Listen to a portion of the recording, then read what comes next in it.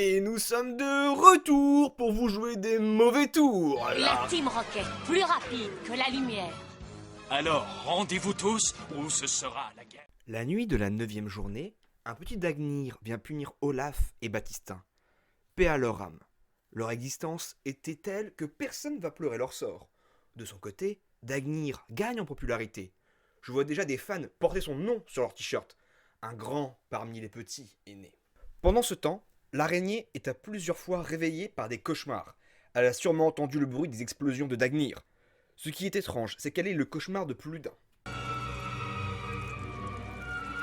Allons-y. Quoi? Tu as entendu Hagrid.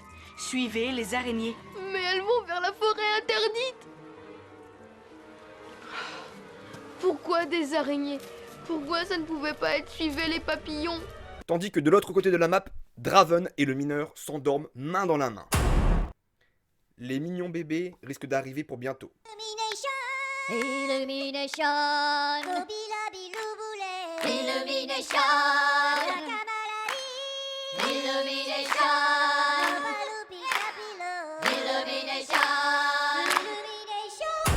Au même moment, César regarde les étoiles dans la nuit et se demande si c'est réel.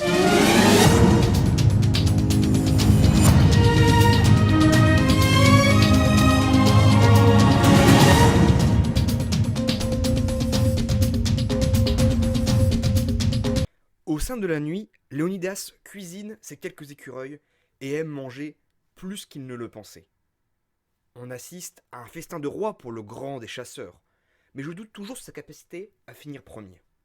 N'oublions pas notre bien-aimé mage Mastameji qui reçoit de la nourriture fraîche et du matériel d'un sponsor inconnu.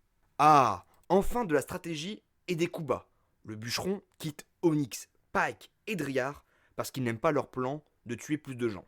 On connaît à présent leur plan, mais nous savons ce qui arrive aux déserteurs. Driard et Onyx dans une alliance. Intéressant. Notre belle Mélisandre reçoit une hache et de l'eau d'un parrain inconnu. On voit que les choses se mettent en place tout doucement. Un combat final risque de se produire très bientôt. Une personne n'a pas cette chance, c'est le boucher, qui tente d'allumer un feu, mais en vain, étant donné le manque de matériel disponible. Souvenez-vous que dans son passé, il a souvent été seul, et pourtant, il a survécu jusqu'ici. Dernier héros, le héros des pauvres, Darius, qui remet en question sa raison. Aurait-il compris qu'il fallait mieux unir ses forces pour vaincre les organisateurs de ces jeux? Récapitulatif des morts. Olaf et Baptistin sont les seuls décédés durant cette journée. Nous ne retiendrons d'eux qu'une utilité, j'en ai bien peur. Conclusion. Seuls les districts 2 et 16, composés de Kaguya et du bûcheron, et de Mélisandre et Driard, sont encore entiers.